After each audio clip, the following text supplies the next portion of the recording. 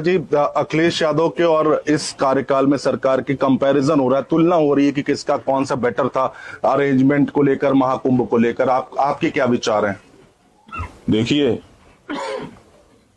आप थोड़ा सा समय बिता दीजिए जी अखिलेश यादव ने 12 साल पहले कुंभ की व्यवस्था की थी। जी ठीक है जी 12 साल और बीत जाने दीजिए।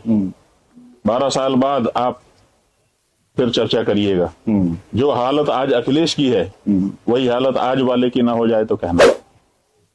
आज वाला अभी आपके सामने पद पर बैठा हुआ है जी एक आदमी गद्दी पे बैठा है और एक गद्दी से उतर चुका है जी। दोनों की आप तुलना कर रहे हो और लोगों से पूछ रहे हो लोग क्या बोलेंगे। अरे ये बैठा हुआ है, अगर हम कुछ बोल देंगे तो हमारी शामत आ जाएगी। कोई क्यों बोलेगा?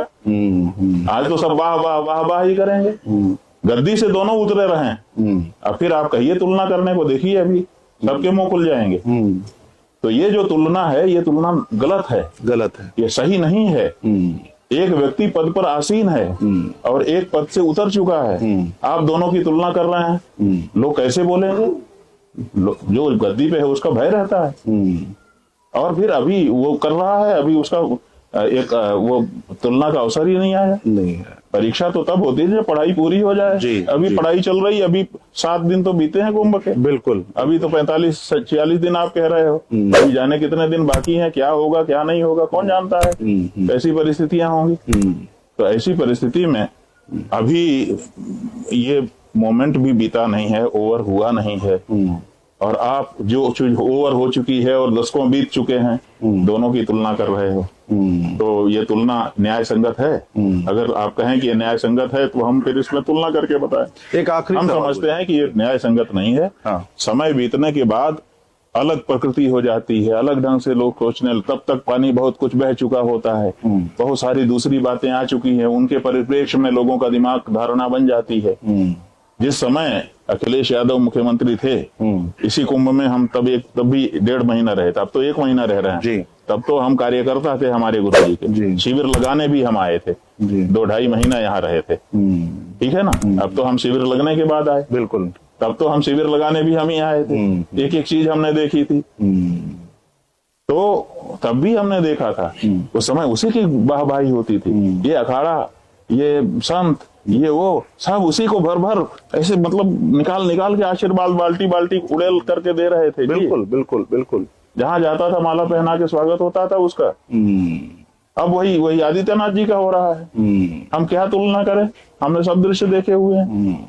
तो ये तो मौके की बात है। जो जिस समय गद्दी पे रहता है सब उसकी वाहवाही करते हैं, उतरने के बाद कोई पूछता नहीं है। मुलायम सिंह यादव की मूर्ति लगी, उस पर आपके क्या विचार हैं? कई साधु संत हैं, साक्षी महाराज हैं, बीजेपी के सांसद हैं, बहुत कह रहे हैं कि जो है ये ठीक नहीं है। ये कहाँ रखी है? ये यहीं पे, यहाँ पर एक टेंट बनाया गया है, 3 फीट की मूर्ति है। जो है अभी तक वो मूर्ति कहाँ रखी है नहीं जान पाए जी। लेकिन 2 मूर्तियां कुंभ में अगर आप प्रवेश कर रहे हैं जी, चाहे उत्तर से दक्षिण से पूर्व से पश्चिम से किसी दिशा से प्रवेश करिए, 2 मूर्तियां हर 10-15 मीटर पे आपको दिखाई देंगी जी। वो क्यों है यहाँ? उसके बारे में कभी कोई सवाल नहीं उठाता है। आप दिल्ली और लखनऊ की बात कर रहे हैं। अब हम जो बात कर रहे हैं समझ तो रहे ही हैं आप।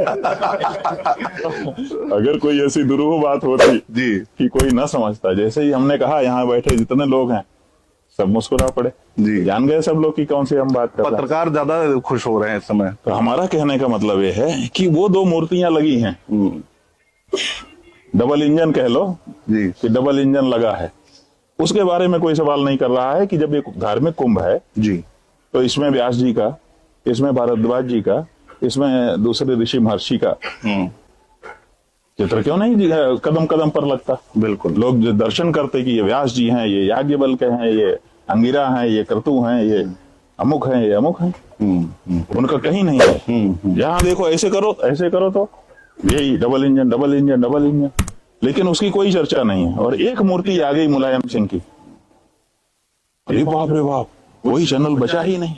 सबके मन में जिज्ञासा हो गई कि इसकी क्या जरूरत है।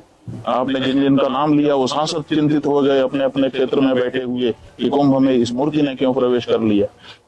और सच बात यह है कि वो मूर्ति आती और ये लोग अगर प्रश्न ना उठाते तो कोई ना जानता कि वो कहाँ आई और कहाँ चली गई, लेकिन इन्होंने प्रश्न उठा करके उसको सर्कुलेट कर दिया। अब वो मूर्ति जो है अखबारों में छप रही है, मतलब उसकी लाखों प्रतियां छप गई, बिल्कुल, और और जन जन के तक वो भी पहुंच गई। तो गजब की बात है, एक तरफ आप चाहते हो कि ना आए और एक तरफ उसको सर्कुलेट करवा रहे हो। और फिर दूसरी बात यह है, ये कहते हैं कि उसकी मूर्ति यहाँ नहीं आनी चाहिए क्योंकि वो राम जन्मभूमि में जो गोलीबारी हुई है उसका दोषी था जी। तो भैया जब वो दोषी था तो उसको भारत रत्न काहे दे रहे थे? ठीक बात है, उसको सम्मानित भारत के देश की ओर से सम्मानित किस आधार पर आपने किया? एक बात। और दूसरे, उसी के समय में जो एक मुख्य सचिव था जो गोलीबारी का आदेश जी लिख करके दे रहा था जी कि गोली चलाओ जी, नेताजी ने तो मुंह से कहा, हाँ। लिख करके, टाइप करके और हस्ताक्षर करके तो उसी ने बढ़ाया। वो तो मंदिर निर्माण समिति का मुखिया बना हुआ है, हाँ। नाम बोलने की जरूरत है जी। सब जनता भी जान चुकी है। आप उसको जिसने गोली चलवाई, जिसने कार सेवकों की हत्या की, उसको आप मंदिर निर्माण समिति का शंकराचार्यों को हटा करके उसको अध्यक्ष बनाते हो जी। और राजनीति के कारण जिस व्यक्ति ने आदेश किए उसके आप पुरस्कृत करते हो भारत सरकार की ओर से। और अब एक मूर्ति कोई आदमी लेके आ गया, अरे भाई उसकी उसमें आस्था है, ले आया है, अब आपको बड़ी समस्या हो रही है और आप उस पर राजनीति करना चाहते हो। ये सब राजनीति बड़ी गजब की है, चित भी मेरी बट भी मेरी। सम्मानित करूंगा तो मैं करूंगा, अपमानित करूंगा तो मैं करूंगा।